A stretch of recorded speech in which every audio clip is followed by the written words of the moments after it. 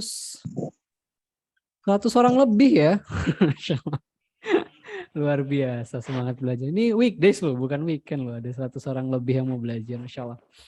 Oke, sebelum kita mulai, pertama kita jadi terbiasa ini ya, kalau belajar itu fungsi belajarnya orang muslim sama fungsi belajarnya orang non muslim itu beda.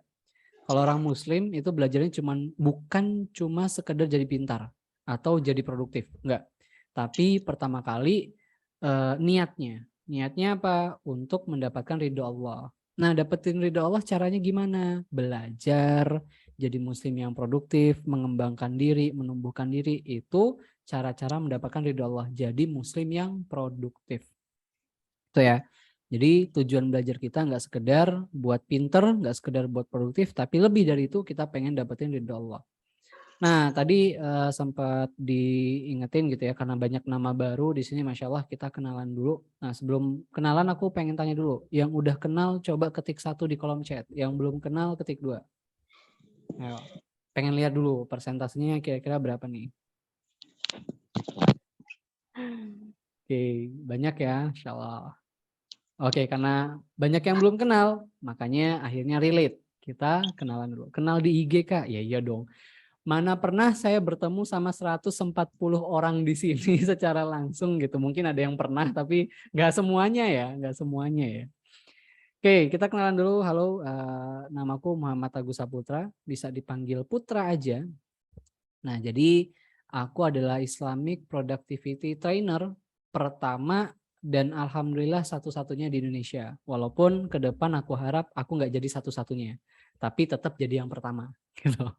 Jadi kalau kalian boleh cari, banyak trainer productivity, banyak trainer self development, tapi untuk Islamic productivity itu kalian boleh search aja, belum ada yang fokus ke sana. Gitu. Jadi yang benar-benar spesifik ke Islamic productivity. Makanya aku punya visi, aku punya kesibukan juga dan lain-lain. Aku pengen bantu Muslim untuk jadi produktif gitu. Makanya aku bikin framework untuk memudahkan gitu. Karena buatku aku punya permasalahan terkait belajar. Aku kalau belajar tapi nggak ada frameworknya, nggak ada step by stepnya, nggak ada sesuatu yang bisa aku eksekusi step by step, itu aku bingung gitu. Jadi kalau cuman teoritis, cuman apa ya penjelasan definisi, tapi nggak dikasih step by step itu aku bingung. Makanya aku nggak mau itu terulang atau itu terjadi di aku. Makanya aku bikin framework. Framework yang gimana? Yang sesuai fitrahnya sebagai manusia. Supaya bisa bangun produktivitas yang nggak cuma produktif, tapi juga berkah. Supaya kita bisa sukses dunia juga akhirat insya Allah. Gitu. Nah, dengan visi ini, dengan mimpi ini, akhirnya aku bangun satu platform namanya Nafs. Yang ini fokusnya emang di Islamic Productivity. Jadi gimana caranya produktivitas itu ya, karena produktivitas aku tahu banget teman-teman juga mungkin di sini kebanyakan suka dunia self development, suka dunia productivity, dan mostly itu sumbernya dari barat gitu. Jadi nggak salah, jadi sebenarnya nggak semua salah, nggak semua jadi haram gitu nggak. Cuman yang jadi problem adalah Muslim akhirnya nggak punya barrier atau filter untuk ini mana nih yang bisa aku ambil, mana nih yang bisa aku praktekin, mana yang boleh, mana yang nggak boleh, mana yang bisa mengundang keberkahan, mana yang enggak. Yang bahaya adalah semua akhirnya kita ambil, padahal ada beberapa part yang itu nggak boleh, yang itu berbahaya. Makanya belum bisa disebut Muslim produktif kalau belum ngerti filteringnya apa, komposisinya apa, batasannya di mana aja, lalu frameworknya gimana. Maka akhirnya jadi Muslim produktif mulainya dari sini, gitu. Karena belum ada yang ngajarin, Masya Allah. Jadi Allah mudahkan. Makanya pas ketemu Naisha sama Mbak Rizka sama Naisha Hijrah ternyata punya visi yang sama nih. Akhirnya kita kolaborasi buat ngedukasi terkait Islamic Productivity ini jauh lebih luas. Terkhusus buat para muslimah. Itu insya Allah. Nah, salah satu frameworknya yang aku bawa adalah Productivity Pyramid. Nah ini yang akhirnya jadi solusi buat orang atau muslim yang pengen, pertama ya banyak masalah. Pengen produktif tapi nggak tahu mulai dari mana. Nah, pertama. Udah nyoba produktif tapi kok nggak bisa konsisten. Bingung tujuan hidupnya buat apa. Sering apa ya ngomongnya ya, sering depresi, sering stres, sering ngerasa capek. Kok hidupku gini-gini aja ya, aku takut duniawi banget, aku takut nggak nyiapin bekal buat ke akhirat gitu. Ada di sini yang ngerasain kok hidupku kayaknya kerja terus, tapi aku takut akhiratku nggak ada gitu. Akhiratku nggak dapet apa-apa, aku nggak nyiapin apa-apa. Jadi sibuk kerja, nyari uang gitu. Ada nggak? Oh, quarter life crisis, sering overthinking. Oh, Dinda sering overthinking. Halo Dinda, aku juga orang yang overthinker, bahkan saking akutnya overthinkerku berpadu dengan perfeksionisme. Itu makin parah. Tapi alhamdulillah bisa nemuin perangkat untuk mengatasi itu. Jadi bukan menghilangkan, tapi mengatasi. Karena aku juga udah mulai menerima diriku gitu. Kalau aku nggak bakal pernah bisa menghilangkan overthinking dan perfeksionismku. Tapi aku insya Allah bisa mengatasinya. Jadi tiap datang tak obatin, tiap datang tak obatin. Banyak Kak, naik turun moodnya, pengen maju tapi nggak tahu mulai dari mana. Nah ini nggak tahu mulai dari mana gitu kan, naik turun moodnya, sering ngerasa gagal, gitu. Sering ngerasa insecure, makanya pengen produktif tapi ada aja distraksinya, tapi ngerasa susah yang mau mulai, takut memulai, introvert no. Makanya ini insya Allah, jadi aku spill sedikit ya, orang sering apa ya, takut mulai dari mana? Pertama itu, takut mulai dari mana? Padahal di piramida produktivitas ini udah clear. Mulainya dari atas dulu, ke bawah lagi, terus ke bawah lagi. Problem kedua, udah mulai tapi ternyata nggak konsisten atau sulit istiqomah. Problemnya di mana? Karena mulainya salah. Biasanya mulainya dari sini. Padahal harusnya mulainya dari mana? Dari atas dulu. Gitu. Gara-gara mulainya dari sini, mungkin produktivitasnya masih ya sepekan 2 pekan insya Allah. Itu udah bagus banget ya. Maksudnya sehari 2 hari deh. Masih belum tahu big dream sendiri. Nah makanya big dream tuh di sini. Gitu. Nah ini berkaitan sama nanti kita bahas menunda-nunda. Makanya insya Allah kita mulai. Bismillah. Ini perkenalan singkat aja. So tadi boleh panggil aku Bang, boleh panggil aku Kak, boleh panggil aku Mas, panggil aja Putra belakangnya, karena beberapa di Instagram ada yang salah baca namaku juga, gara-gara Muhammad AGS Saputra dipanggilnya Kak Aksa.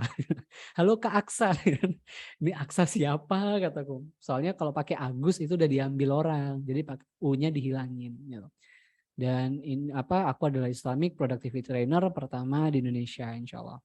Dan semoga tidak satu-satunya, walaupun sekarang masih satu-satunya. Semoga ke depan ada banyak lahir para Islamic Productivity Trainer, supaya Islam akhirnya jadi acuan atau jadi kiblat untuk belajar produktivitas. Oke, sekarang kita mulai masuk ke materi utama, yaitu mengatasi kebiasaan menunda-nunda. Udah pada siap? Coba kalau udah siap ketik 1, kalau belum ketik 2. Nanti kalau ada yang ketik 2 kita tungguin dulu. Coba nih, bismillah. Oke, udah siap berarti ya? Berarti kita sama-sama baca basmalah. Bismillahirrahmanirrahim.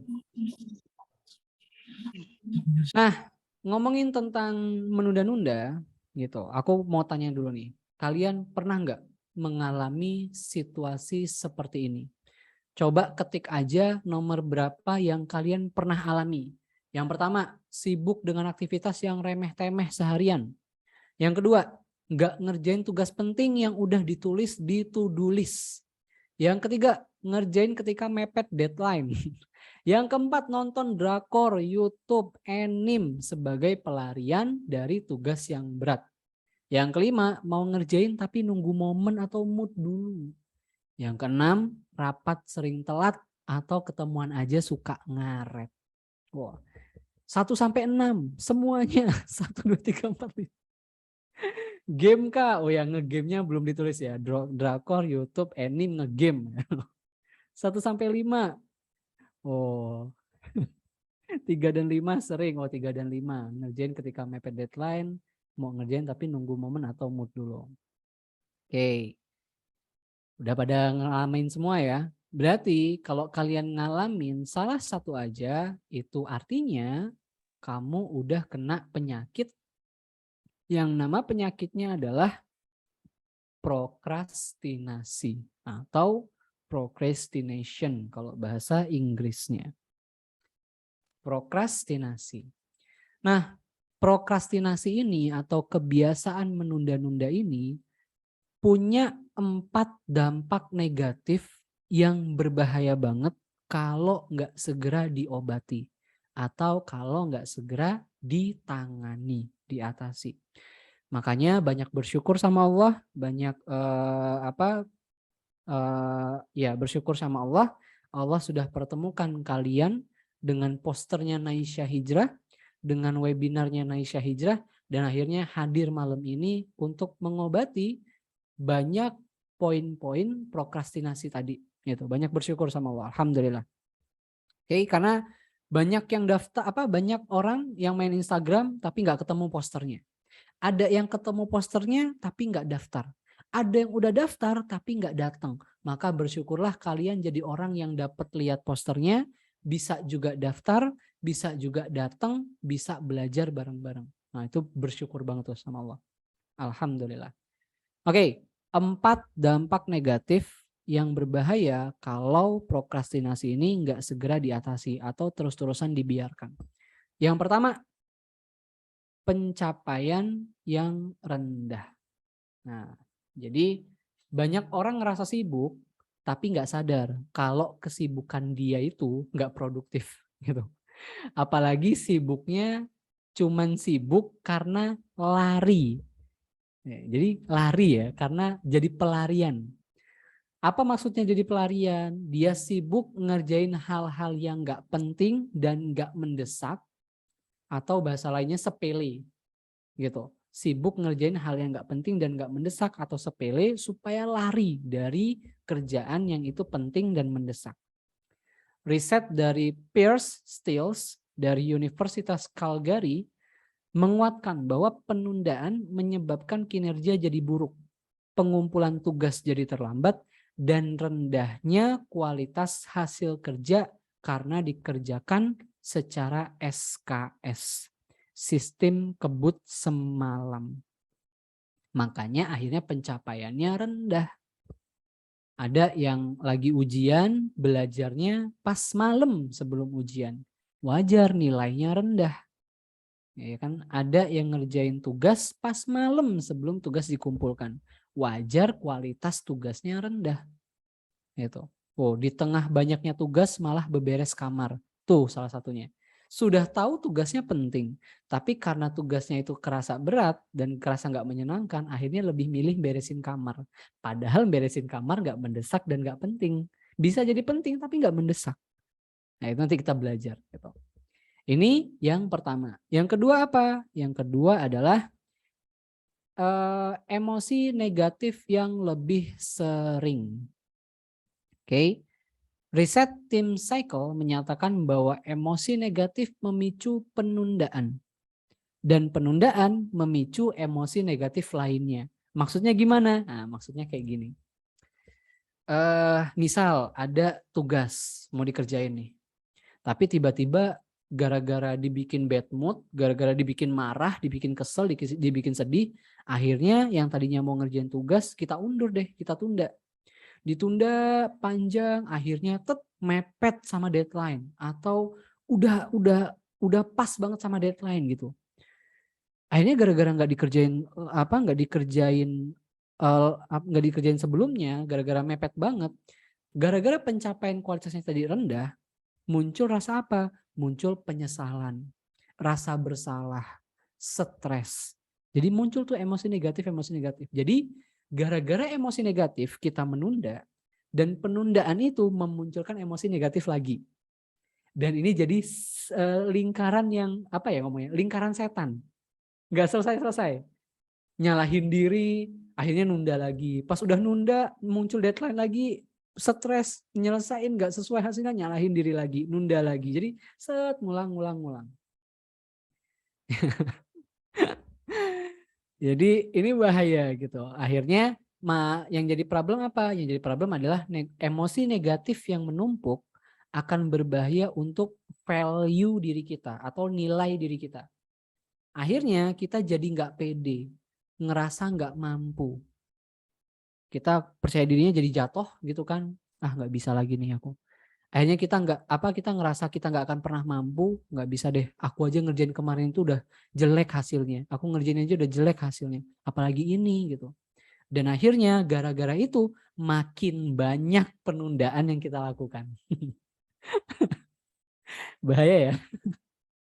Itu yang kedua. Yang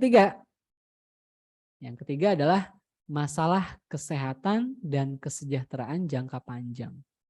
Jadi banyak pembelajaran tentang penundaan ini aku dapat dari buku guruku, yaitu Mas Darmawan Aji. Beliau adalah productivity coach. Tingkatnya udah coach gitu. Kalau aku kan masih trainer, beliau tingkatannya udah coach. Itu banyak banget beliau bahas tentang procrastination gitu.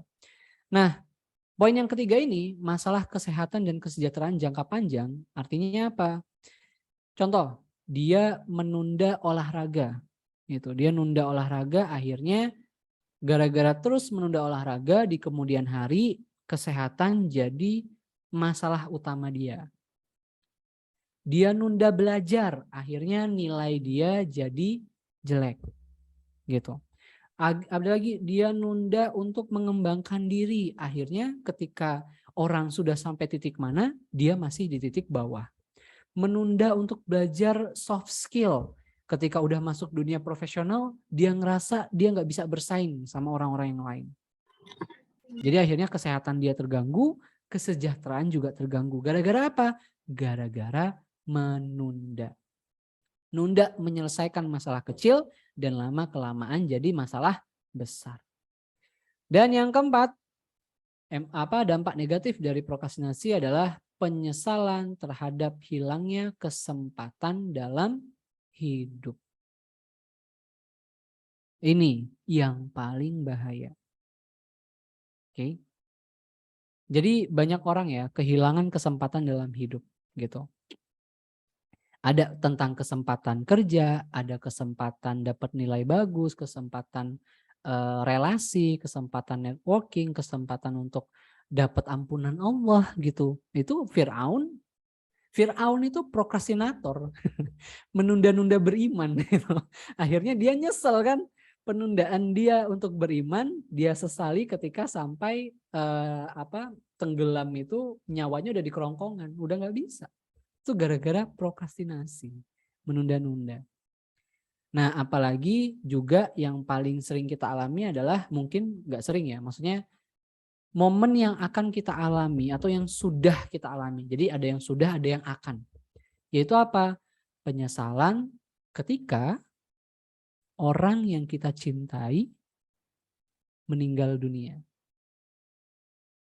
Nah, apa penyesalan terbesar yang dialami seseorang saat orang yang dicintainya meninggal dunia? Rata-rata orang menyesal karena dua hal. Yang pertama, menyesal akan apa yang sudah dilakukan. Dan yang kedua, menyesal akan apa yang belum dilakukan. Dan tebak, mana yang lebih disesali? Yang pertama atau yang kedua? Yang sudah atau yang belum?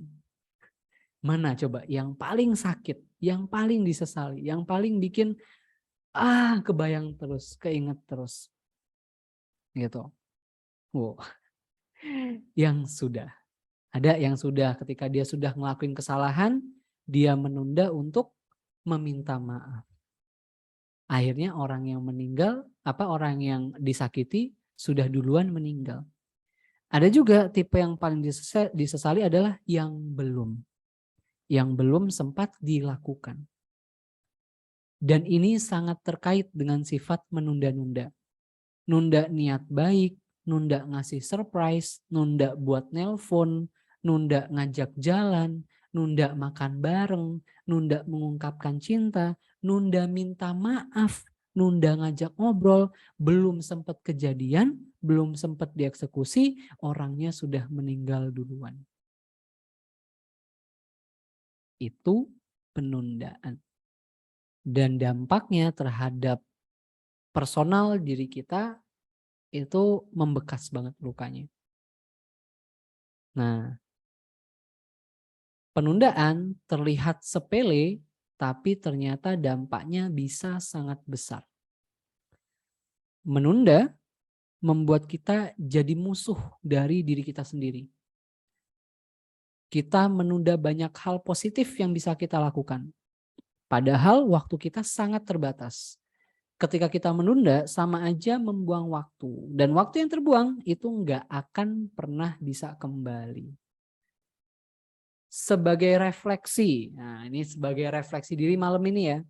Kita buat suasananya hening sebentar gitu. Hening sebentar. Sebagai refleksi nih. Kalau ternyata teman-teman hari ini bukan nakut-nakutin ya, tapi ini refleksi diri aja. Kalau ternyata hari ini adalah hari terakhir kita hidup, kita akan tidur nanti malam, dan wallahu alam, kalau ternyata besok kita bangunnya nggak di dunia, gitu kan? Kita bangunnya nggak di dunia, kira-kira apa satu hal yang paling kamu sesali karena menunda-nunda melakukannya? Coba tulis di kolom chat. Apa hal yang paling kamu sesali karena menunda-nunda melakukannya?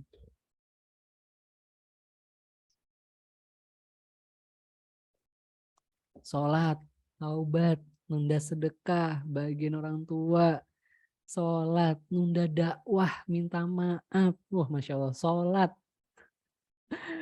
nggak banyak sedekah. Apalagi nih, bertaubat, minta maaf sama orang tua, minta maaf ke ortu, konsisten dari prinsip diri sendiri, taubat, sedekah, bagian orang tua, Masya Allah. Udah ya?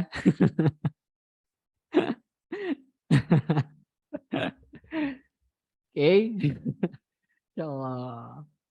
Itu ya, jadi Umar bin Khattab itu orangnya keras. Keras banget. Umar bin Khattab tuh keras banget orangnya. Tegas. Bahkan saking kerasnya beliau, setan aja nggak mau lewat jalan yang sama kayak Umar. Tapi karena Umar bin Khattab itu orang yang paling cinta dan paling takut sama Allah, beliau sering menangis di malam harinya. Kenapa? Karena beliau khawatir malam itu adalah malam terakhir bagi beliau. Makanya beliau itu ada bekas bekas menangis semalam. Jadi matanya tuh sembab kayak bekas menangis semalaman gitu. Masya Allah gitu. Dan banyak sahabat-sahabat menganggap tidur itu ya meninggal sebentar. Dan mereka merasa bisa jadi tidur itu yang terakhir gitu. Besok nggak bangunnya nggak di dunia, bangunnya di tempat lain. Masya Allah. Banyak hal yang bisa kita petik dari para sahabat ya. Masya Allah, luar biasa sahabatnya Rasulullah itu dan Rasulullah juga sendiri gitu. Jadi kalau niru orang, jangan tiru orang yang masih hidup kayak aku. Itu jangan ditiru, jangan dijadiin role model. Tapi jadiin role model itu orang-orang yang udah jelas yang udah jelas hidupnya. Rasulullah, para sahabat, para ulama, khulafaur rasyidin, tabiin, para tabiin, juga para ustadz kita gitu, para guru-guru kita itu yang lebih pantas jadi role model.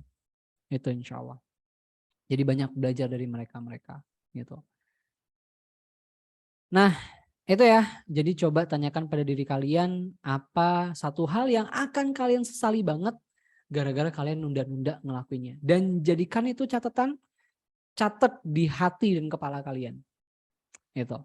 Nah, sekarang kita mulai masuk ke bahasan prokrastinasi. Sebenarnya apa sih procrastination itu? Apa sih penundaan itu? Apa sih gitu loh. Nah, penundaan itu sebenarnya ada dua tipe. Ada penundaan yang positif dan ada penundaan yang negatif. Tapi yang kita fokuskan, yang dimasukkan dalam kategori procrastination atau yang ketika pelakunya melakukan, itu pelakunya disebut prokrastinator. Jadi nama kelakuannya procrastination, pelakunya procrastinator. Prokrastinator. Nah, ini yang kita fokus adalah prokrastinasi yang itu penundaan negatif. Emang ada Kak penundaan yang positif? Ada, penundaan yang positif ada. Menunda hal yang tidak penting untuk mengerjakan hal yang tiba-tiba masuk tapi itu penting dan urgent. Itu menunda juga namanya, tapi penundaan yang positif. Nah, kita yang fokus sekarang adalah penundaan yang negatif. Apa itu procrastination? Berasal dari bahasa Latin pro dan crastinus. Pro artinya bergerak maju dan crastinus artinya milik hari esok. Procrastinus. Waduh, ada yang mic-nya nyala nih. Yang mic-nya nyala di mute dulu ya. Nah, jadi kalau didefinisikan apa itu prokrastinasi dari makna ini? Maknanya adalah kerjain besok aja. Ini namanya prokrastinasi definisinya. Ya wes, kerjain besok atau kerjain nanti deh. Nanti atau besok, pokoknya terserah lah. Nanti sama besok itu sama. Kenapa sama? Karena gini, kata-kata besok atau kata-kata nanti itu tidak definitif dan tidak jelas. Itu adalah hal yang kita nggak akan pernah nyampe, nggak akan pernah ke sana. Kenapa? Contoh, hari ini bayar, besok gratis. Nah, ini ada rumah makan bikin pengumuman kayak gini. Hari ini bayar, besok gratis. Kira-kira kalian bisa nggak makan di rumah makan ini dengan gratis? Walaupun ada pengumuman kayak gini. Bisa nggak? Berhari-hari kalian datang, tiap hari kalian datang, tiap pekan, sebulan penuh kalian datang, kira-kira bisa nggak kalian makan gratis?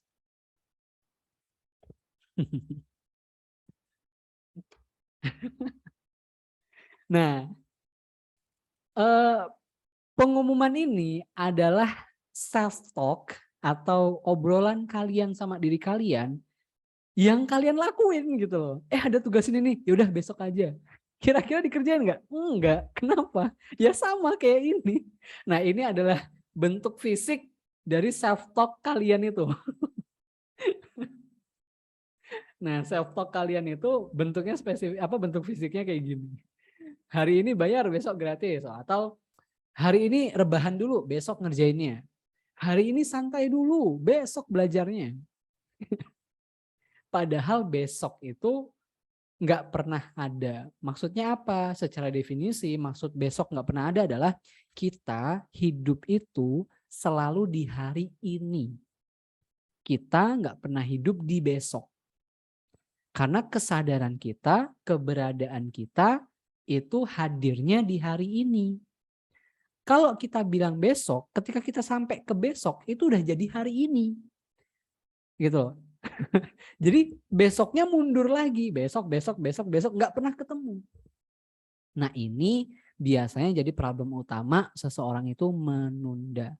Dia tidak pernah dia padahal tidak pernah hidup di hari besok, tapi dia menggantungkan aktivitas dia ke besok. Padahal dia hidupnya hari ini.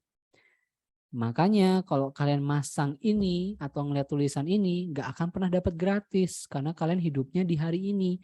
Maka pasangan hari ini adalah bayar. Kalian akan selalu bayar, nggak akan pernah dapat gratis karena gratis nempelnya sama besok. Paham ya? Besoknya nggak tahu besok kapan. Nah, menunda itu beda sama males. Jadi menunda sama males itu beda ya, nggak sama. Apa bedanya? Menunda itu aktivitas aktif, sedangkan malas itu aktivitas pasif. Oke? Loh, kok gitu? Nah, kita menunda bukan karena kita malas. Kita menunda karena kita menghindari tugas yang sulit, membingungkan, atau enggak menyenangkan. Tugas dengan 3 sifat ini disebut tugas yang aversif. Saat menghadapi tugas yang aversif, mood kita berubah jadi negatif.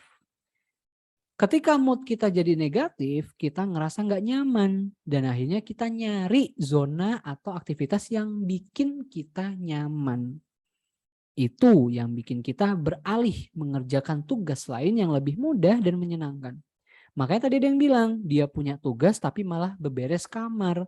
Kenapa? Karena tugas kuliah dia itu berat sulit gitu kan, sulit, membingungkan, dan tidak menyenangkan. Sedangkan beresin kamar itu gampang, nggak bingung, dan menyenangkan. Karena akhirnya kamarnya jadi bersih, bisa dilihat, bisa dirasakan gitu. Akhirnya dia lebih milih beresin kamar daripada ngerjain tugas. Karena kalau ngerjain tugas dia nggak suka. Nah ini namanya juga menunda, penundaan. Dia lebih memilih mengerjakan tugas yang tidak penting dan tidak mendesak dibanding mengerjakan sesuatu yang penting dan mendesak. Jadi penundaan adalah mendahulukan pekerjaan yang sepele daripada mengerjakan pekerjaan yang penting. Gitu. Kalau males itu apa? Kalau males itu ya udah pasif, nggak ngapa-ngapain. Kalian daripada ngerjain tugas kuliah, ya tidur-tiduran aja, rebahan gitu kan. Tidur ya pasif aja. Nah itu males. Jadi gara-gara tugas itu aversif, dia dia membingungkan, dia apalagi sulit dan dia tidak menyenangkan, akhirnya yang tadinya harus ngerjain tugas malah ngapain? Malah scrolling sosial media misal. Seharusnya bikin laporan malah sibuk sosmedan. Seharusnya baca buku persiapan ujian malah baca novel.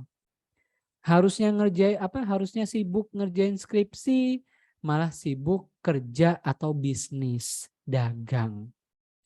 Aduh, ini nggak ngerti mana prioritas dan mana yang nggak prioritas. Kalau ditegur bilangnya apa? Aku kan kerja juga buat hidupku. Skripsi bisa nantilah. Nggak paham. Atau harusnya baca buku buat belajar, ujian, tapi malah baca komik, baca novel.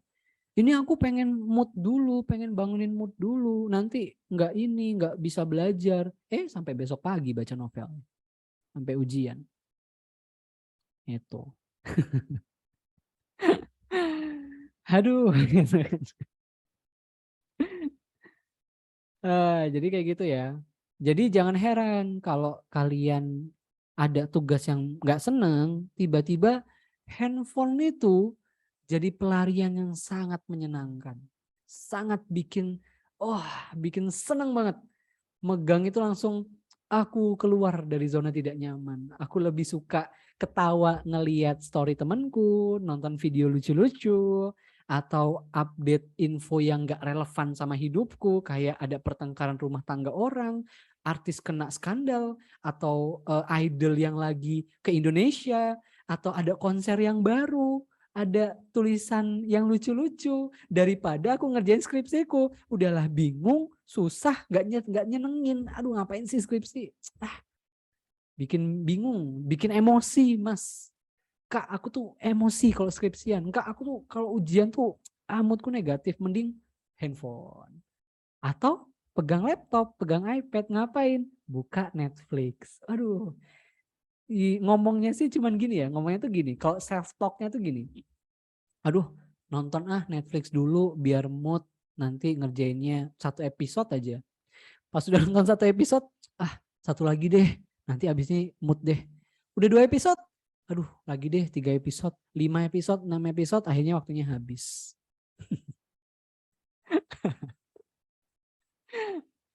Ini yang relate adalah yang suka nonton Netflix dan yang suka nonton drakor. Drakor itu waduh ngeri banget ya. Drakor itu mengerikan. 1 episode bisa 1 jam dan satu session itu bisa 12 episode lebih gitu atau 6-7 episode. Bayangin ngabisin 1 sesi, ngabisin 7 jam atau 12 jam. Itu belum sama ke toilet, belum sama nge-pause dulu, ngecek Instagram, ngecek balas chatting, balas DM, sama yang lain-lain. Jadi plus-plus ya 15 jam sehari buat ngabisin 1 session gitu. Iya, kenapa untuk nonton drakor nggak ada kata menunda ya? Kenapa nggak ada kata menunda? Karena nonton drakor itu nggak berat, gampang. Nonton tuh apa beratnya sih? Cuman ngeklik terus diem, cuman ngeliat gitu kan. Dia nggak berat, menyenangkan karena kita terbawa sama alur filmnya. Dan nggak sulit gitu. Nggak berat, nggak sulit, menyenangkan. Itu kenapa kita nggak ngenunda. Ngegame juga gitu. Ngegame itu nggak berat, nggak sulit, dan menyenangkan. Walaupun kadang bikin emosi. Kalau game-gamenya kayak Mobile Legends, PUBG, dan lain-lain. Itu bikin emosi. Karena nonton drakor tidak perlu effort. Betul sekali. Nanti ada yang ngebela diri. Kak, siapa bilang nonton drakor nggak perlu effort? Kakak salah besar. Saya harus nyiapin kasur, selimut, AC, cemilan, minuman, internet, paketannya, balesin semua chat supaya nggak ganggu, ngaktifin mode fokus biar nggak ada yang ngechat, aku ganggu fokusku, dan lain-lain. Dan aku harus fokus, Kak. Harus menyelam dalam cerita drakor itu. Sampai ada cerita lucu ya, ada kisah lucu. Ada peserta Islamic Productivity School gitu kan. Jadi aku buka kelas Islamic Productivity gitu. Dia dia nanya gini, Kak Putra, salah nggak sih kalau aku nih anak hukum, terus aku nonton drakor buat belajar hukum, karena ada kok drakor yang membahas tentang hukum. Oke. Akhirnya aku kemarin-kemarin tuh penasaran kan, emang ada ya drakor bahas hukum? Oh ternyata ada, kayak apa ya kemarin ya judulnya ya, yang si perempuannya itu apa sih, punya aduh apa namanya, lupa aku. Jadi perempuannya itu jadi pengacara yang cerdas gitu. Law school aku belum. Dokter lawyer. Woo Yung Woo ya, Woo Yung Woo yang namanya katanya dibolak-balik sama Woo Yung Woo, terus Katak, Malam, dan lain-lain itu kan sama semua tuh. Bagus, ceritanya bagus karena apa, dia bahas tentang hukum gitu. Cuman aku tanya balik, itu satu episode berapa? Sejam kan? Ya sejam. Satu sesi berapa episode? 12-an kalau nggak salah ya, Wong Yu. Aku lupa. Aku nggak nonton sampai habis soalnya. Cuman pengen tahu aja. Terus akhirnya pas aku tanya, terus aku tanya balik, kira-kira dari 1 jam kamu nonton drakor itu sama 1 jam kamu baca buku tentang hukum, kamu lebih banyak dapat atau lebih banyak belajar yang mana? Ya baca buku lah jelas. Ya udah. Berarti kamu nonton drakor itu jujur aja sama dirimu sendiri. Bukan buat belajar. Kamu nonton itu karena kamu lagi prokrastinasi. Kamu nunda kerjaan lain buat menyenangkan dirimu. Tapi karena kamu nggak mau dilabelin nunda-nunda, kamu melabelin aku ini belajar. Itu masalahnya. Nggak mau jujur sama diri sendiri, membohongi diri. Akhirnya prokrastinasi tadi jadi pembenaran, berbahaya. Nah, kalau udah tahu bahayanya, udah tahu definisinya, sekarang kita masuk ke 5 langkah praktis mengatasi penundaan. Judulnya 5 langkah praktis. Jadi ini langkah yang simple, bisa langsung dieksekusi, tapi tidak advance. Jadi catat ya, karena praktis dan waktu kita terbatas. Nggak mungkin semuanya disampaikan gitu, waktunya terbatas. Jadi karena penundaan itu tergantung akut atau kronisnya seberapa, nanti diagnosanya beda, maka solusinya juga beda-beda. Tapi ini insya Allah yang bisa dipakai sama semua orang, sama semua dari kalian yang hadir di sini insya Allah malam ini. Jadi sepemula apapun kalian dalam dunia self development ini insya Allah bisa langsung dipraktekin. Oke?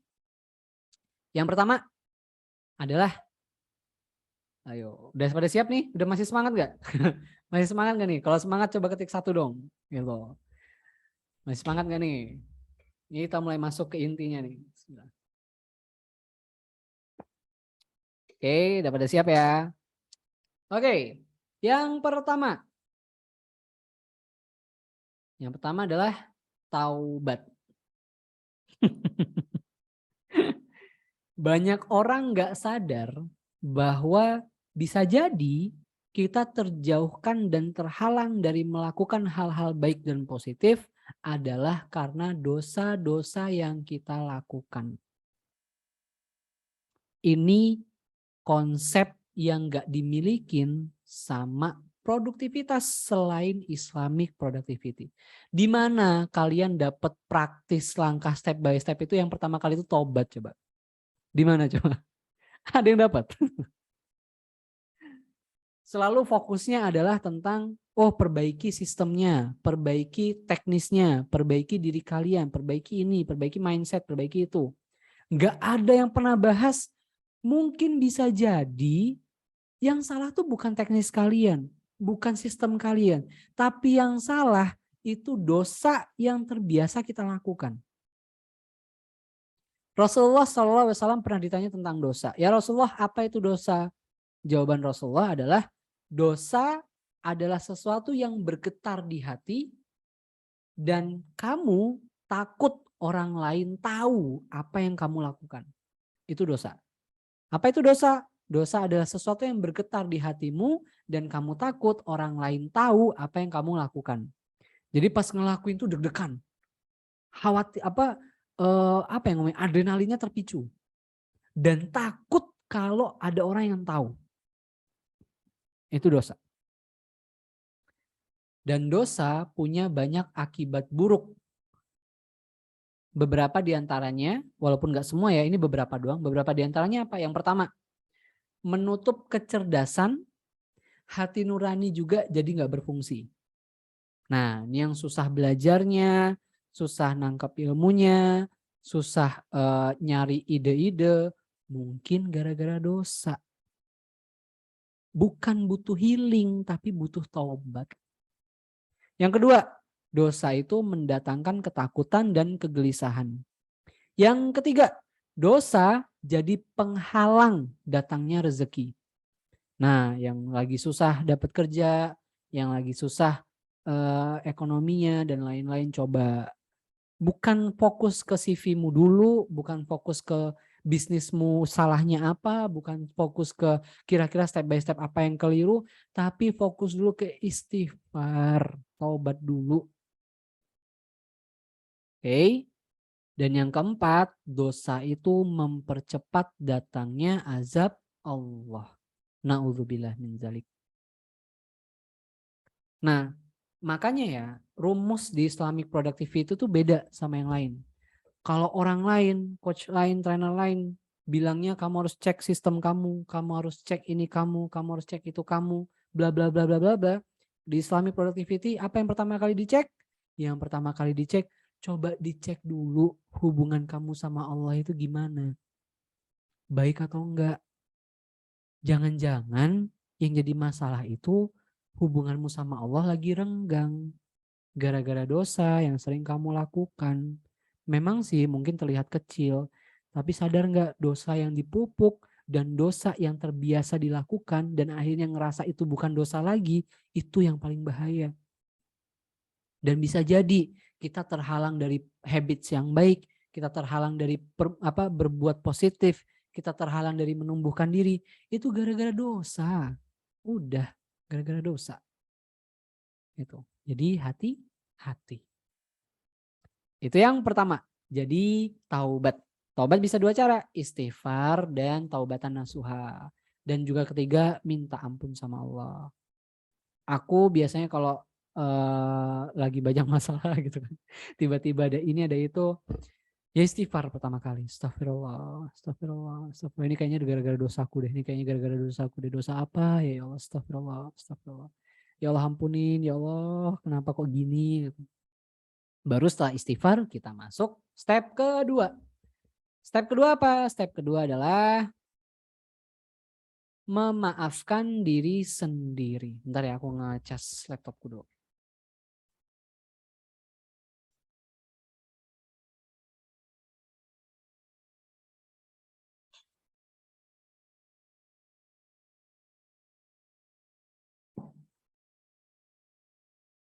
Oke, mana charger?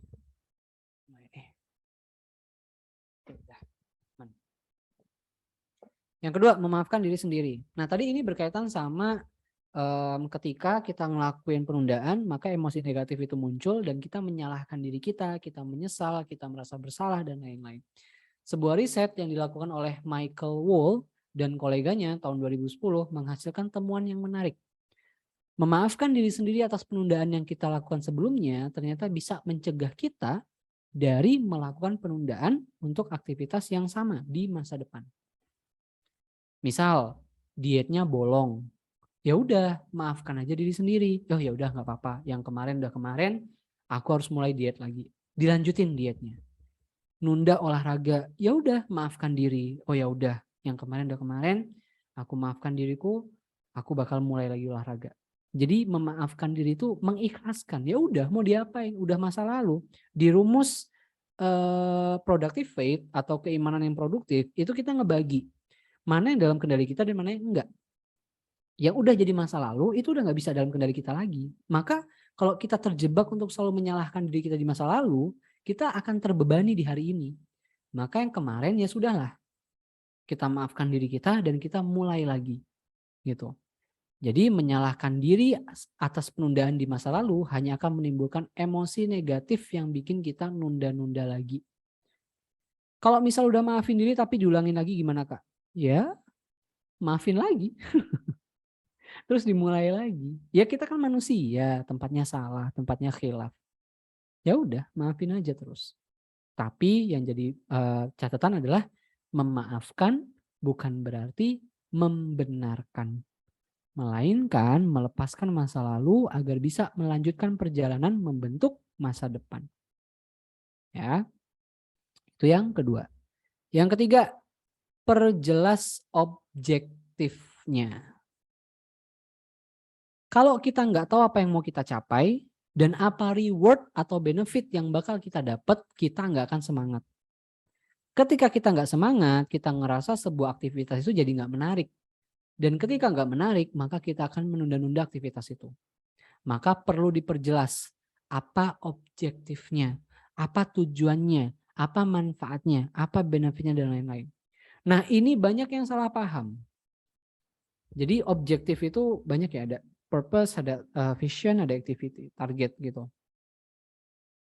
Banyak orang salah paham. Akhirnya mereka ngira visi, jadi tujuan hidup sama purpose itu sama. Padahal itu pemahaman yang sangat-sangat keliru.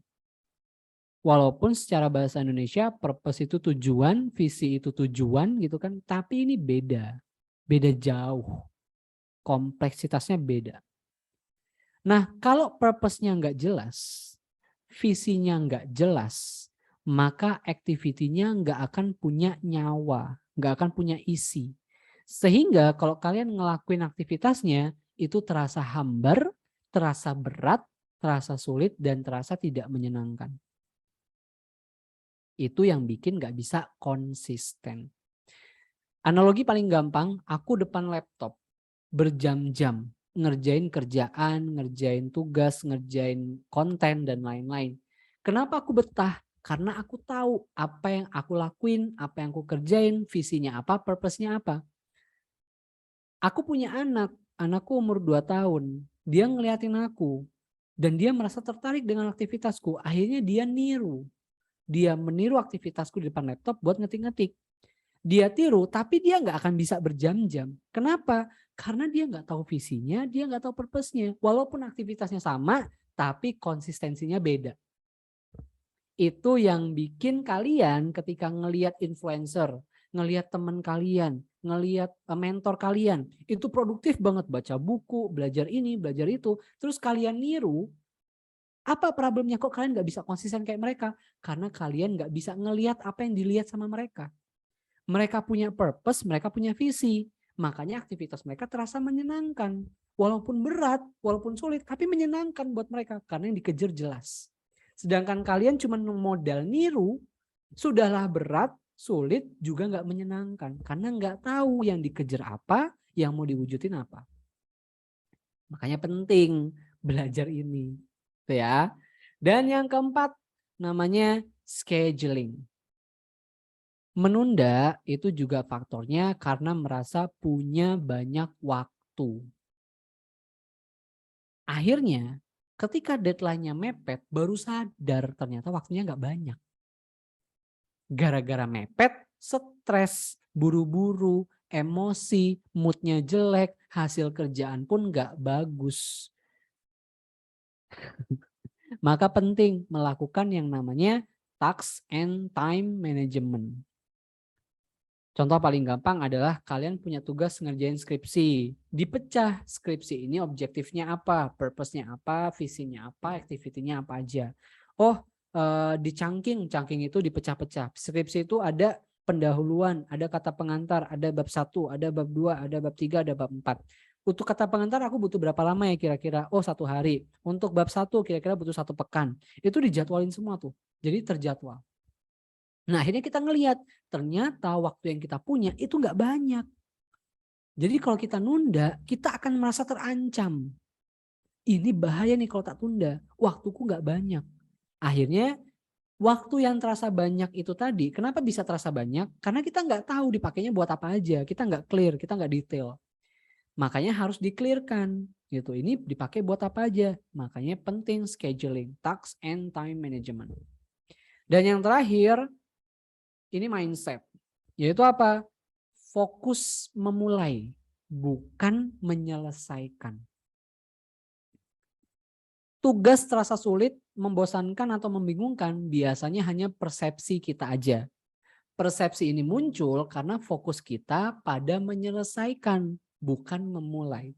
Maka perlu diubah. Fokus aja untuk mulai. Ini insya Allah akan lebih ringan dan bikin kita lebih mudah melangkah. Jadi kalau kalian ngerjain skripsi misal, yang kebayang apa? Udah skripsi 1 full gitu loh. Udah jadi nilai segini. Ya itu bikin berat. Tapi kalau bayangannya jadi beda, misal, skripsi, aku bisa mulai dari mana ya? Dari kata pengantar. Oke, aku coba deh bikin kata pengantar gimana caranya. Aku search di Google, cara bikin kata pengantar. Tuh udah mulai tuh. Udah mulai kata pengantarnya. Oh kayak gitu ya. Oke, bismillah. Bikin. Oke, sekarang bisa kata pengantar apa ya? Oh, pendahuluan. Cara bikin pendahuluan.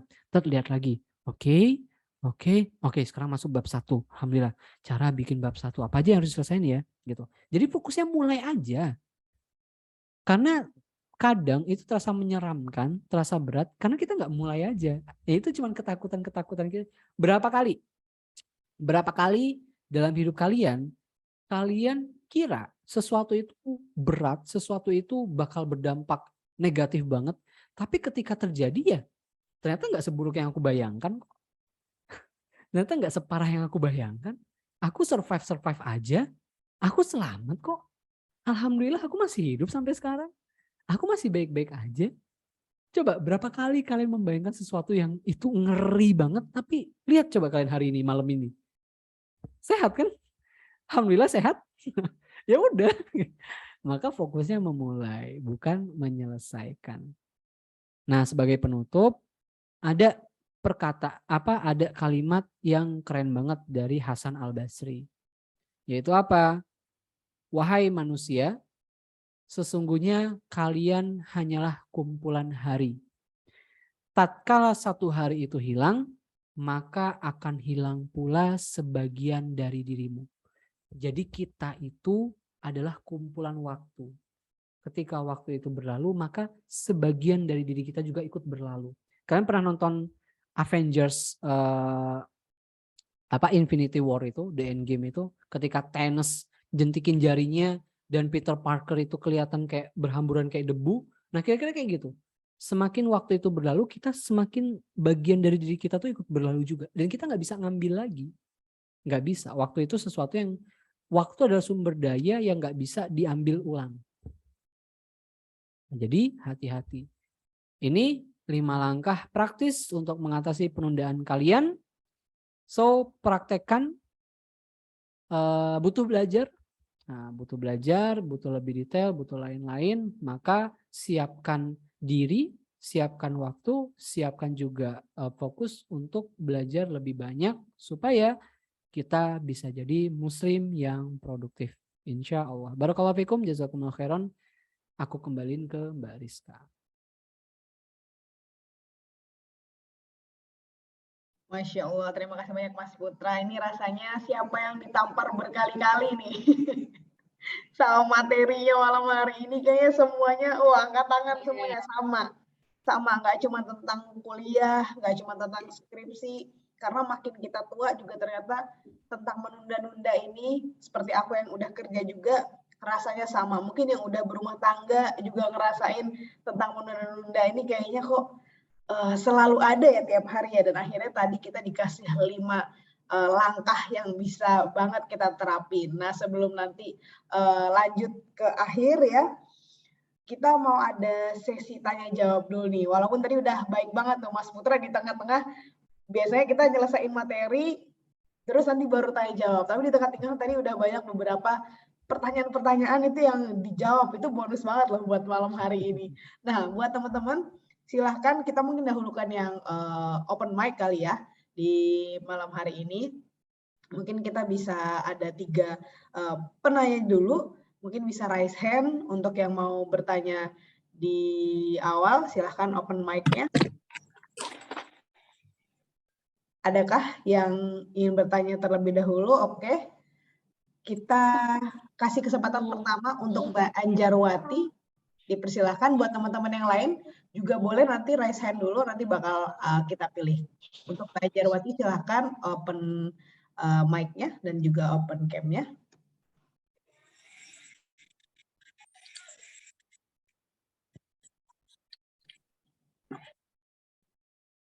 Mbak. Ya. Halo. Jadi saya mau bertanya terkait menunda, itu jadi problem saya, kemudian juga beberapa teman saya yang saya kenal juga ada, sampai bahkan yang akut gitu. Jadi saya mau bertanya terkait ada teman itu karena menunda, jadi memang dalam aktivitasnya itu dia banyak yang dia kerjakan gitu Pak. Mbak Anjarwati mungkin bisa itu pakai headset atau enggak, mungkin tadi ini suaranya sedikit kurang jelas, bisa diulangi lagi. Mungkin headset benerin atau mungkin dideketin ke mikrofonnya. Ya, kalau kayak gini sudah jelas kan? Iya, coba silakan. Terkait menunda ini, saya jadi problem buat saya dan juga problem buat saya, tapi yang pernah saya temui kayak gitu, ada teman yang menurut saya itu sudah aktif gitu. Jadi karena kebiasaan dia menunda, entah ini menunda atau karena bingung, kurang rapi schedule timenya atau bagaimana, sampai kemudian dia putus harapan untuk mengerjakan skripsi. Jadi dia nggak mau kayak gitu mengerjakan skripsi karena buntu gitu.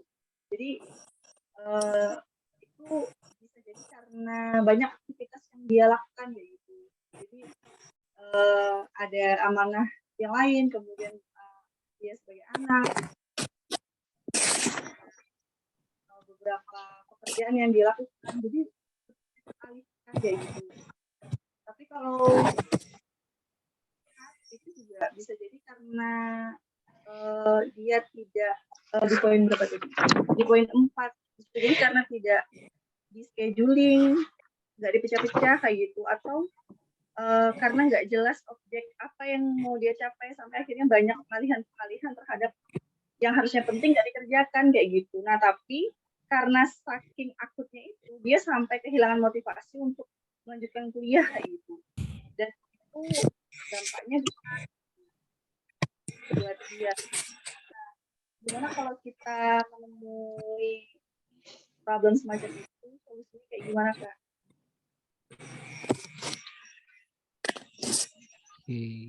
Apa itu Mbak Rizka?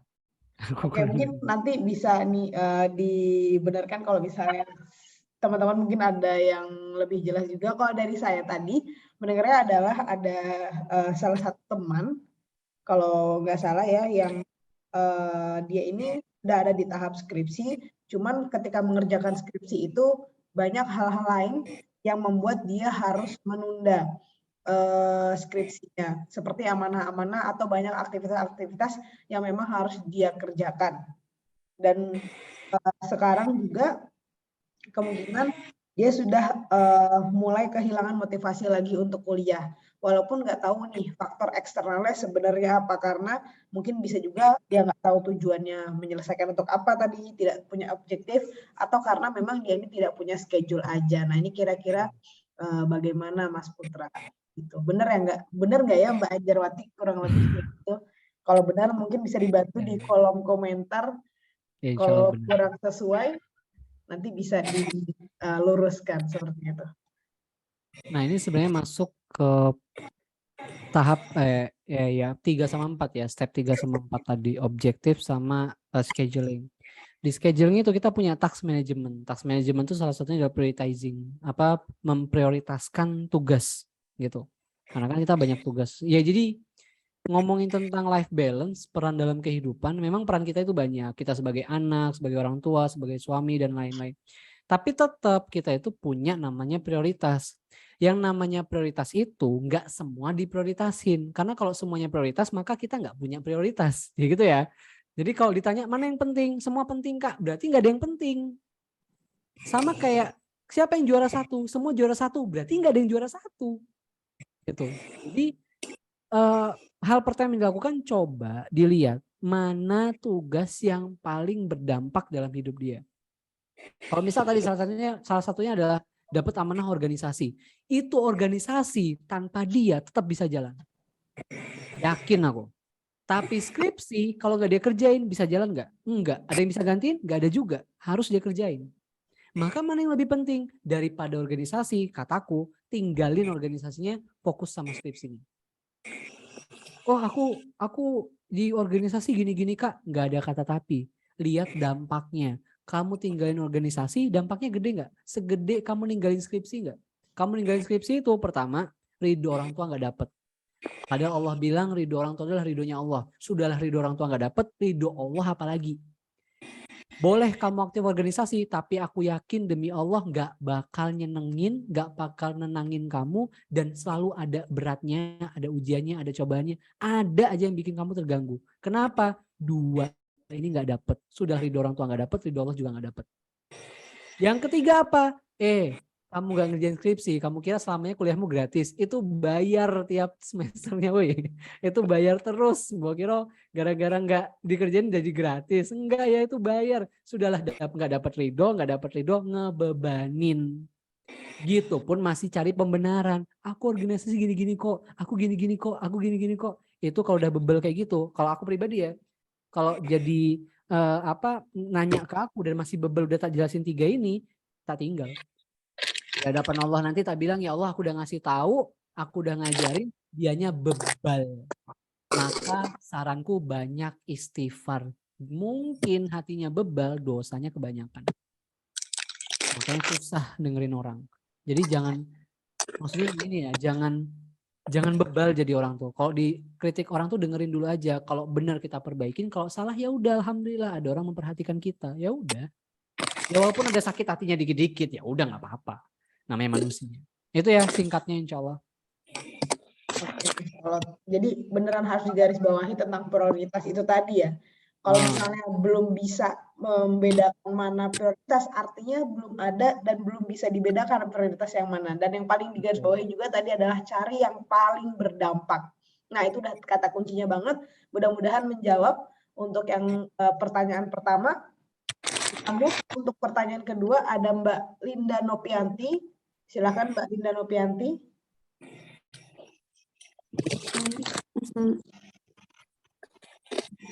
Assalamualaikum warahmatullahi wabarakatuh. Waalaikumsalam warahmatullahi wabarakatuh. Tadi Kak poin scheduling gitu. Kenapa rekomendasi?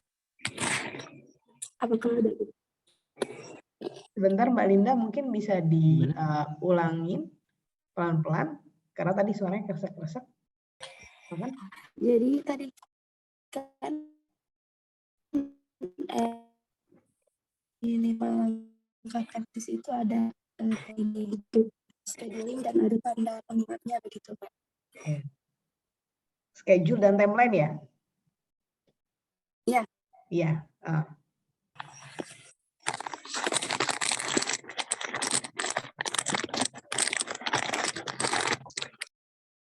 Lanjut. Seperti tadi ada peserta lain. Bisa dilanjut Mbak Linda?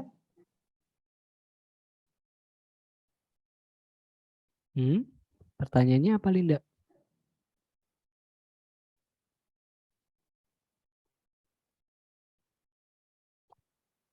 Halo? Oke, kita lanjut ke pertanyaan selanjutnya. Oke, kita lanjut ke pertanyaan selanjutnya ya, kepada Mbak Afis nih, Mbak Afis Carisa. Silahkan nih, udah senyum-senyum dari tadi nih, kayaknya udah gatel banget mau nanya nih.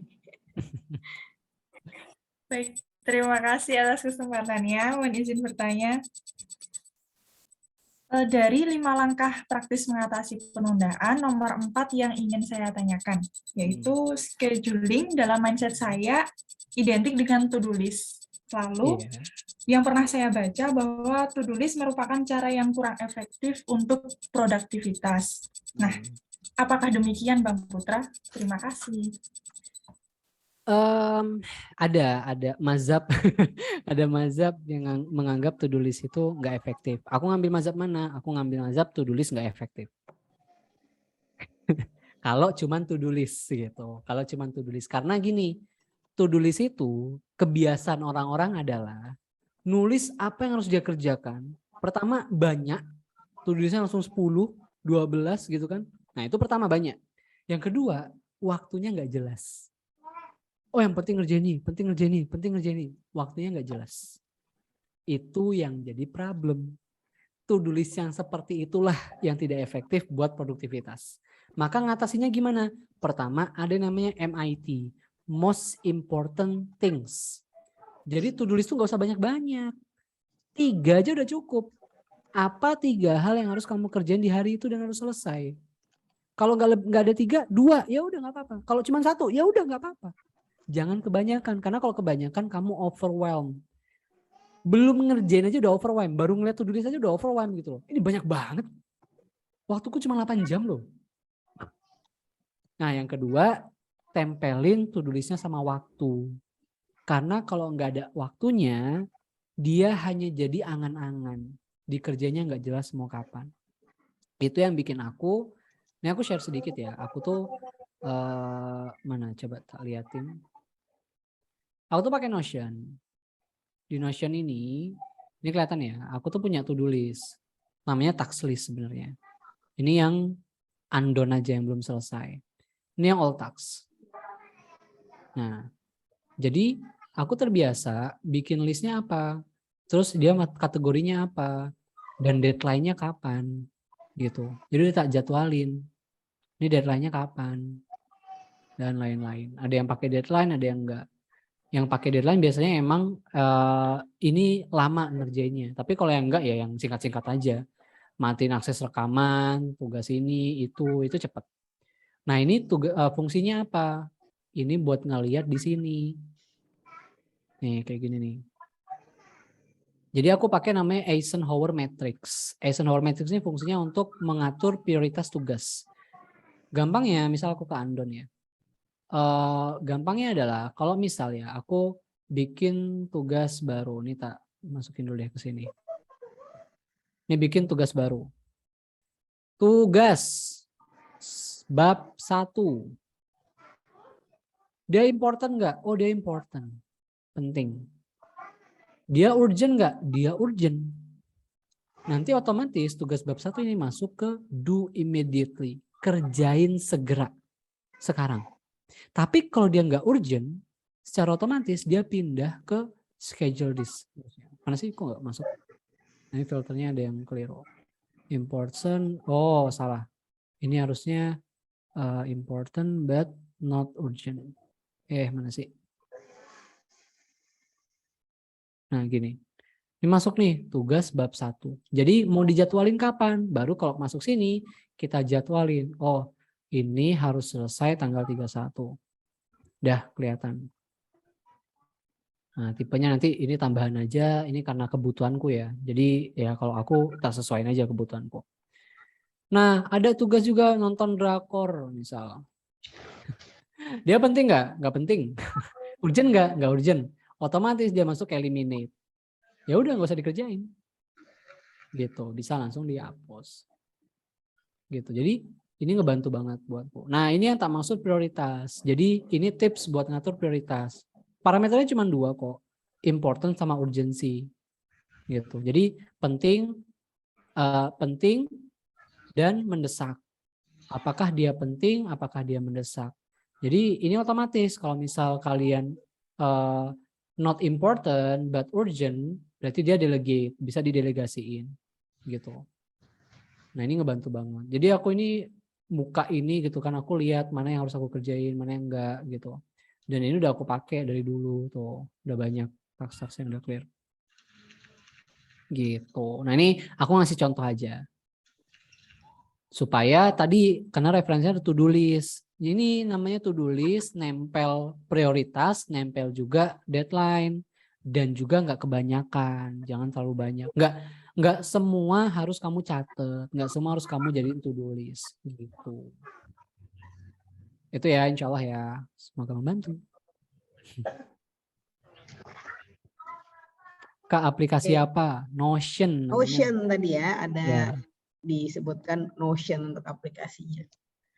Oke, kita lanjut. Kira-kira dua penanya lagi, apakah masih bisa? Boleh. Boleh Ayo. ya. Kalian Untuk dapat Kak rezeki. Dara Mulyadi nanti,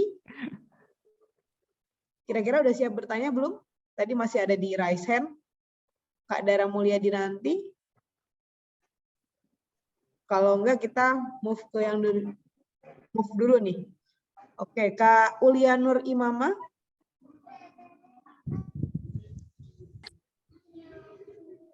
Assalamualaikum warahmatullahi taala wabarakatuh. Waalaikumsalam. warahmatullahi wabarakatuh. Langsung saja ya Kak pertanyaannya. Apakah dengan adanya motivasi dari diri sendiri itu bisa mengatasi sikap menunda itu tadi? Apa tadi? Adakah? Bisa diulang nggak ya?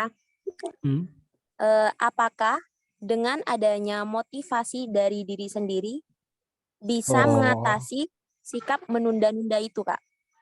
Ya. Syukran kasiran. Assalamualaikum warahmatullahi taala wabarakatuh. Waalaikumsalam warahmatullahi wabarakatuh. Oke, pertanyaan yang bagus. Jadi aku diajarin sama guruku. Nah, dia guru bisnis sebenarnya. Guru bisnis. Dia ngajarin tentang 5 habits miracle morning. Namanya miracle morning. Apa aja habits miracle morning ini? Jadi ya namanya morning ya, berarti dilakuinnya kan pas morning gitu. Udah clear ya? Dilakuinnya pas morning.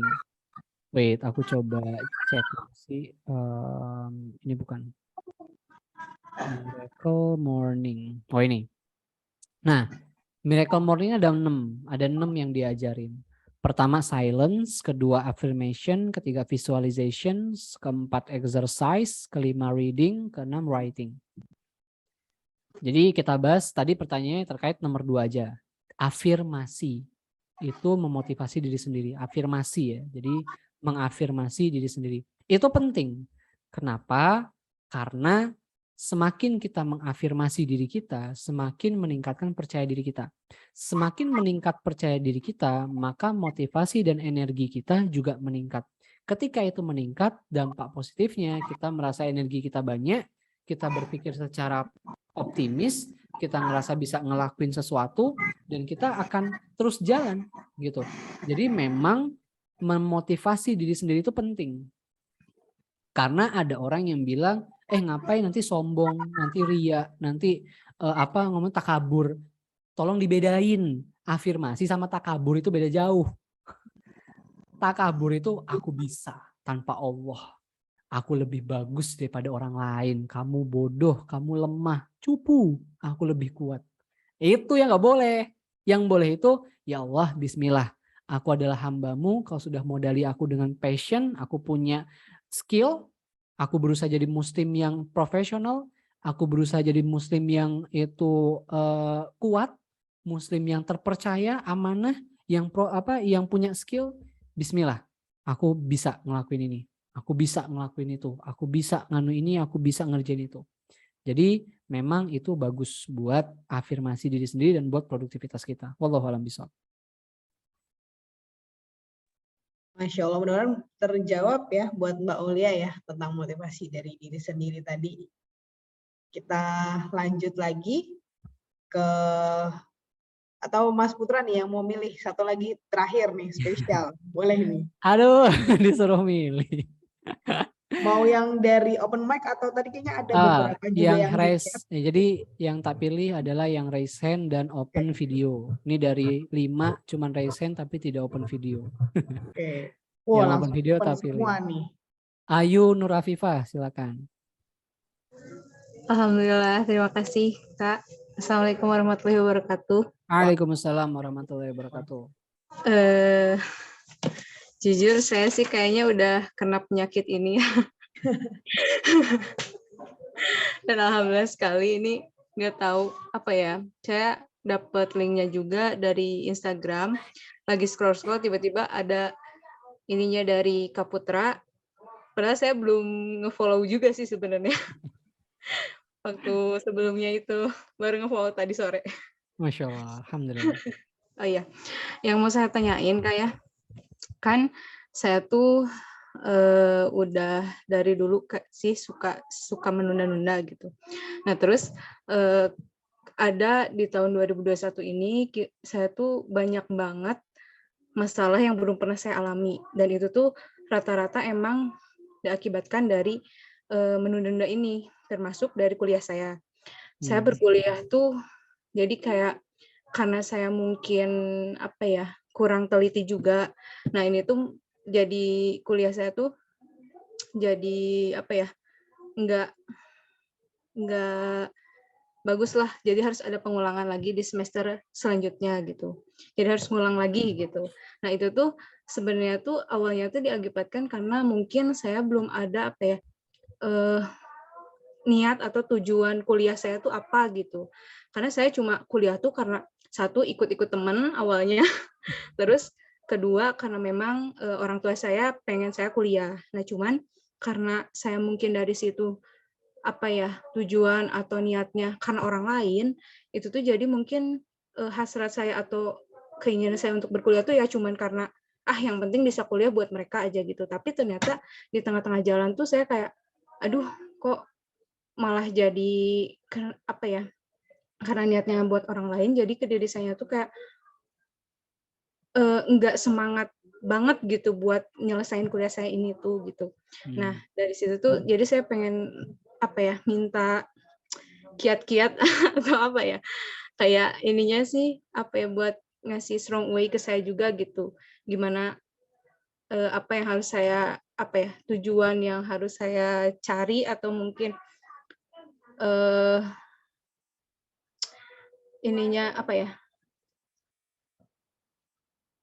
tujuan yang harus saya cari atau apa yang harus awalan yang harus saya lakukan untuk saya biar nggak menunda-nunda ini gitu. Oke. Itu.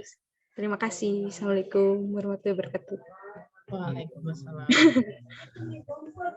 Ya mungkin 5 langkah tadi bisa ini nih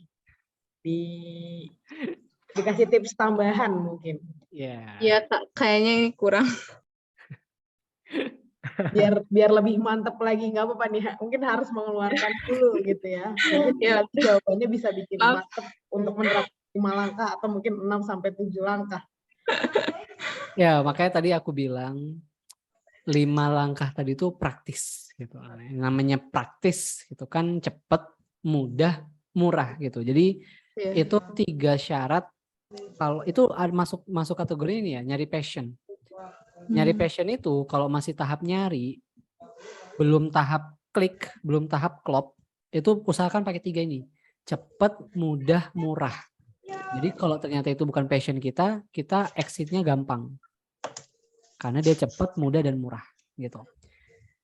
Nah, ini berkaitan juga sama pertanyaan si Iki ya. Kayaknya dari tadi. Pertanyaan ini kayaknya aku udah 3 kali lihat kayaknya. Nggak tahu dari orang yang sama atau orang yang beda-beda. Terkait menjelasin mengenai purpose dan vision lebih detail. Nah itu panjang. Jelasin purpose vision detail itu nggak cukup 5 menit, nggak cukup 10 menit. Itu panjang. Dan itu materi yang advance gitu. Makanya aku bikin satu sesi khusus ngomongin purpose aku itu 2,5 jam. Khusus ngomongin visi itu 2,5 jam. Jadi kalau disuruh detailin Kak lebih detail 5 menit. Aduh, nggak bisa, nggak efektif. Nah itu berkaitan juga sama pertanyaannya Ayu tadi, kenapa ngerjain skripsi jadi nggak punya nyawa, nggak punya isi. Itu masuk sebenarnya poin ketiga, step ketiga tadi, perjelas objektif. Jelasin objektif itu butuh 3 tadi, purpose, vision, sama activity. Nah, saran pertama dari aku, kalau mau clear tentang 3 itu, ya mau nggak mau ikut kelasku, Islamic Productivity School. Itu kemungkinan tahun depan nggak ada. Masih planning ya, mungkin tahun depan nggak ada. Tapi ya di sana kalau mau belajar sampai clear dari awal sampai akhir. Karena kalau dibuka di sini nggak bisa, waktunya nggak cukup. Ya, jadi bisa ke sana aja. Tapi simpelnya mau aku sampaikan adalah itu adalah hasil dari hidup yang nggak clear. Purpose-nya apa dan visinya apa. Apapun aktivitasnya kerasa berat, omongan negatif orang langsung nyelekit, itu akibat nggak paham productive faith, nggak paham rumus kehidupan, atau keimanannya belum produktif. Jadi solusi dari atau jawaban dari pertanyaan Ayu itu kompleks. Kalau diminta dalam 2 menit aku jelasin, ya berarti jawabanku gini, kamu cari purpose-mu, kamu cari visimu, kamu clearkan, terus kamu, nih ya, ini clearnya, simpelnya ya, tak jelasin kelasku yang 6 kali pertemuan itu dengan penjelasan simpel. Pertama, install Islamic Productivity. Ya, kamu harus belajar Islamic Productivity itu apa. Install ini ke mindset. Karena tidak mungkin mengangkat derajat hidup orang atau mengubah hidup seseorang jadi lebih baik kalau akalnya nggak disentuh. Karena akal itu potensi paling utama yang Allah berikan ke manusia. Jadi kalau kamu belajar how to sampai 1000, belajar tips, belajar trik, belajar sistem, belajar teknis, belajar teknik ini, teknik itu. Tapi ininya nggak disentuh, nggak diinstal pakai ini tadi, yakin nggak bakal jalan. Sekarang kalau mau produktif, bisa nggak nyari di internet? Nyari di Google. Mau cara menghentikan penundaan, nyari di internet bisa nggak? Bisa. Kalian itu bukan nggak tahu, kalian itu nggak mau. Itu makanya pakai ini. Install mindsetnya, softwarenya dulu yang kita install. Kedua, softwarenya udah keinstall. Maka kita cari isi dari 3 piramida tadi. Purpose-nya kita isi. Nyari purpose itu harus paham sama diri. Self-awareness-nya harus kebangun. Harus kebangkit. Dan ketika purpose-nya udah paham, belajar productive faith. Fungsinya apa? Karena hidup itu nggak bakal semuanya sesuai sama planning kalian. Kalian bikin schedule dari A sampai Z, aku yakin nggak akan semuanya jalan. Dan banyak orang moodnya jelek, produktivitasnya jatuh, energinya luntur, gara-gara apa yang udah dia tulis nggak sesuai sama yang terjadi. Karena nggak paham rumus kehidupan. Yang ketiga, ketika udah paham itu semua, maka kita cari visi hidup kamu itu apa. Disesuaikan sama passionmu. Kita coba cari bakat terpendammu apa, kita gali, kita coba pakai teknik ini, teknik itu, kita cari. Akhirnya kita bentuk visimu. Dan visi ini nggak cuma satu, harus disesuaikan sama life balance. Belajar life balance lagi. Life balance itu apa? Hidup kita ini perannya apa aja sih? Kalau kalian belajar di Western Productivity, itu bisa 7-8 peran. Banyak banget. Tapi kalau di aku, 4 aja cukup. 4 ini udah keseluruhan, insya Allah. Nah ini key-nya. Life balance-nya udah ketemu. Perannya udah ketemu semua. Dijalanin. Lewat apa? Visi tadi kita chunking. Chunking itu memecah. Memecah sesuatu yang besar jadi potongan-potongan kecil. Masuk ke activity.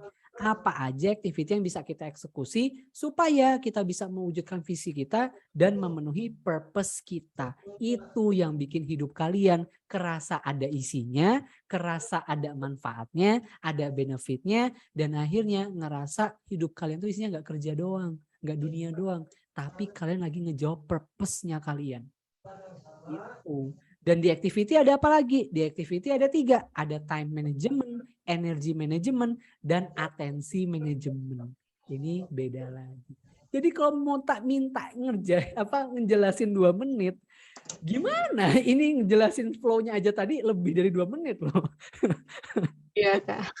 Itu. Jadi pertanyaan Ayu itu jawabannya kompleks karena berkaitan sama inner, sama mindset, sama hati, sama emosi.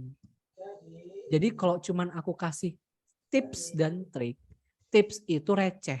Kalian kalau parkir misal ngasihnya tips, kalian kalau beli kopi ngasihnya tips, karena tips itu receh. Problem tadi nggak selesai sama hal yang receh. Trik itu apa? Trik itu terkesan negatif, mengelabui atau mengerjai seseorang. Maka nggak bisa desain sama sesuatu yang negatif. Harus pakai framework. Itu. Paham ya? Paham. Jadi kalau paling singkat jawaban aku apa? Balik lagi ke step pertama, istighfar, banyak taubat, Astagfirullahaladzim. terus eksekusi 5 step tadi. Kalau mau lebih detail, ikut kelasnya. Itu. Oh, insya Allah. Jangan lupa yang belum follow Mas Sudah. Putra sama Nafs ya.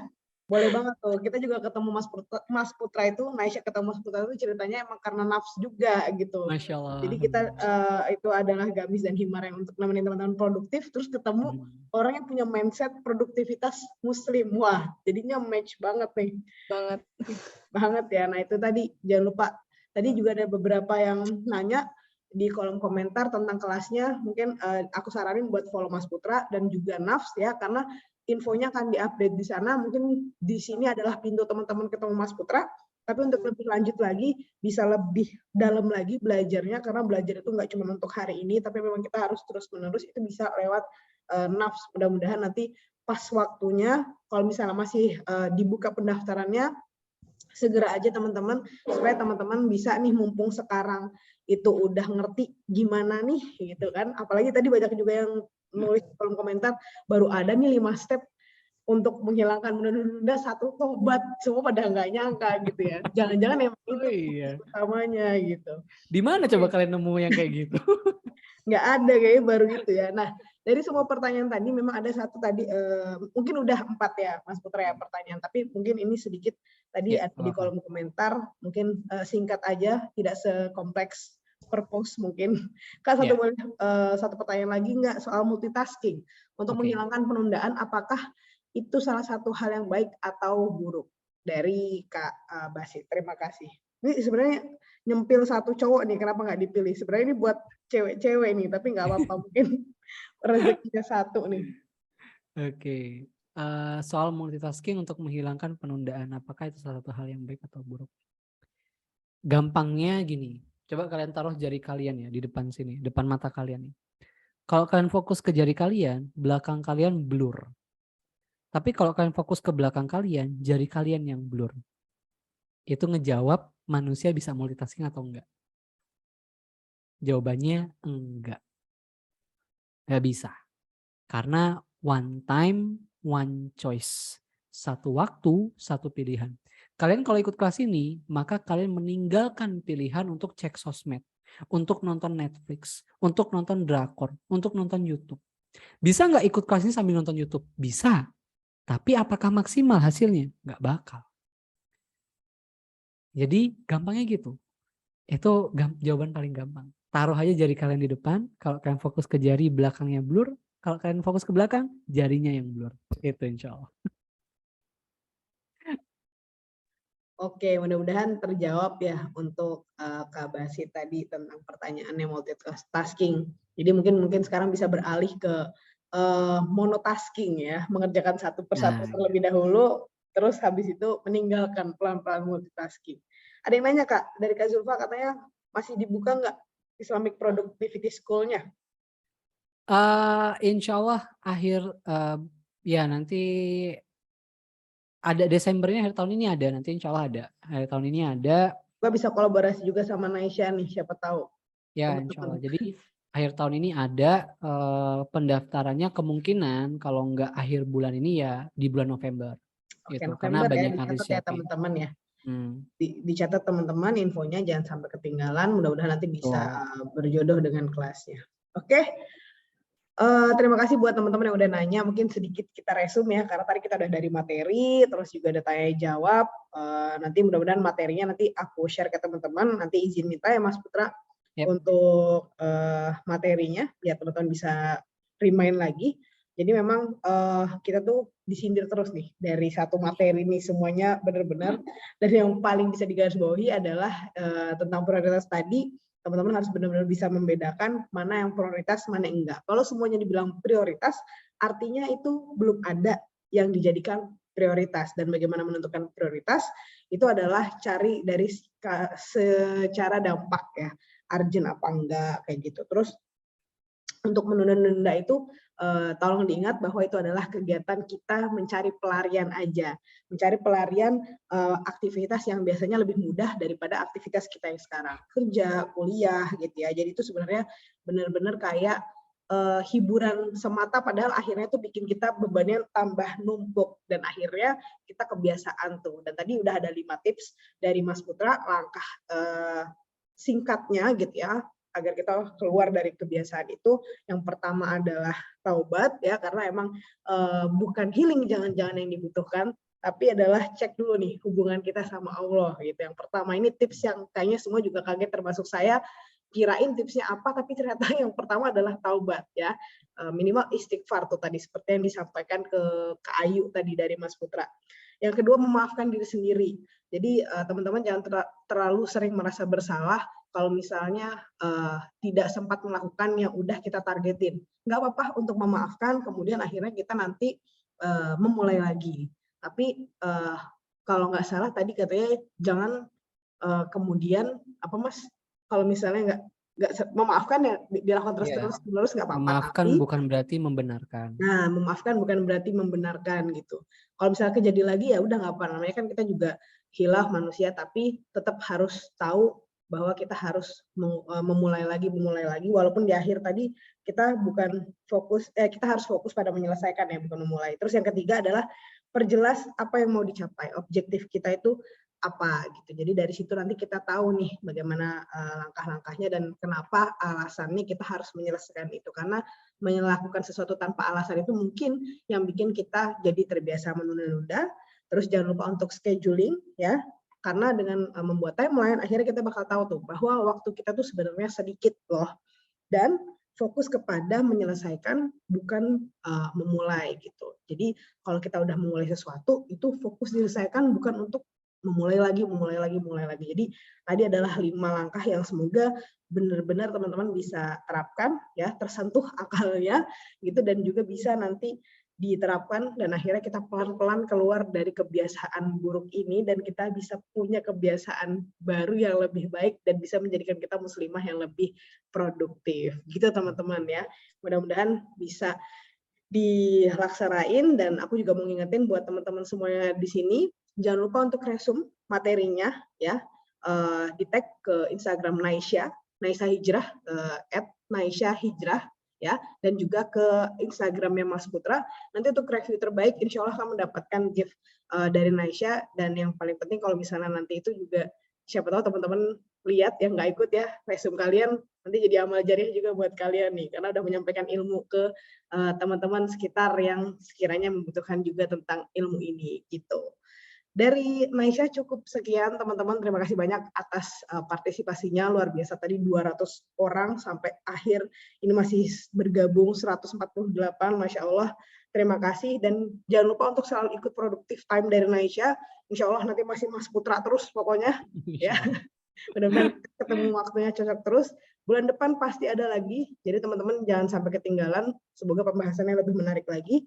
Mungkin dari Mas Putra ada yang mau disampaikan ke teman-teman sebelum kita tutup pada malam hari ini acaranya? Ya, terakhir disclaimer teman-teman, aku manusia dan aku mengajarkan ini bukan berarti aku bisa lepas dari penundaan juga. Aku juga nunda, aku juga pernah mengalami penundaan dan aku juga mengulangi itu. Tapi gini, ketika kita nggak menerima itu jadi pertama kali kita nggak akan bisa berdamai sama diri. Maka fokusnya buatku bukan menghilangkan, tapi mengatasi. Karena kalau menghilangkan hampir mustahil, kita manusia gitu. Tapi kalau bahasanya kita ganti jadi mengatasi, maka apa yang perlu dilakukan? Menyiapkan obatnya atau menyiapkan solusinya, ketika ini datang tinggal diobatin. So, perbanyak memahami diri, perbanyak mengenali diri, perbanyak semakin kita mengenal diri kita, maka kita semakin mengenal Allah. Kita akan semakin mengenal cintanya Allah, rahmatnya Allah. Kita akan mengenal apa tujuan Allah menciptakan kita. Dan akhirnya dari sana kita menerima diri kita Dan ketika kita menerima diri kita, maka apa yang terjadi pada diri kita lebih mudah kita atasi, lebih mudah kita obati, sehingga energi level produktivitas kita insya Allah tetap terjaga. Gitu insya Allah. So kalian itu manusia, bukan malaikat. Kadang salah nggak masalah, karena Nabi Adam pun pernah salah. Tapi satu perbedaan Nabi Adam dan iblis. Nabi Adam ketika salah mengaku dirinya salah dan meminta ampun sama Allah. Iblis ketika salah bebal, ngerasa benar dan dia nggak pernah minta ampun sama Allah. So jadilah keturunan dan pengikutnya Nabi Adam. Jangan jadi keturunan Adam tapi ngikut sifatnya iblis. Wallahu a'lam bishawab. Jazakumullah khairan. Terima kasih banyak Mas. Jazakumullah Masya Allah. Mas. Mungkin kita tutup sebelumnya, kita foto bareng dulu. Mungkin ada Boleh. teman-teman on cam ya. Kayaknya yang kedua kemarin lupa untuk foto nih. Ayo foto. Oke, Masya Allah. Buat kenang-kenangan saya beneran alumni productivity loh bareng Naisha dan Kak Putra gitu. Iya. Oke. Baru Naisha loh yang ngasih kalian kelas gratis rutin tiap bulan belajar dari aku. Yang ada bayarin yang- Naisha nggak gratis. Ya jadi kalian harus benar-benar memanfaatkan. Oke, kita foto ya. 1, 2, 3. Oke, lagi. Sekali lagi ya. 1, 2, 3. Oke. Sip. Terima kasih banyak teman-teman semuanya. Mudah-mudahan kita bisa ketemu lagi ya. Pokoknya jangan bosan-bosan karena kita harus di-charge terus nih tentang produktivitasnya. Dari Naisha, mohon maaf kalau banyak kesalahan ataupun misalnya juga teman-teman yang mau nanya belum kejawab, maka mohon maaf banget. Mudah-mudahan bisa kita ketemu lagi di Productive Time selanjutnya. Saya akhiri. Wassalamualaikum warahmatullahi wabarakatuh. Waalaikumsalam. Waalaikumsalam warahmatullahi wabarakatuh. Waalaikumsalam warahmatullahi wabarakatuh. Terima kasih, Kak. Makasih Kak, makasih Mas. Terima kasih juga. Makasih Kak, makasih Mas. Makasih Kak. Makasih Kak Rizka. Terima kasih Kak Suci.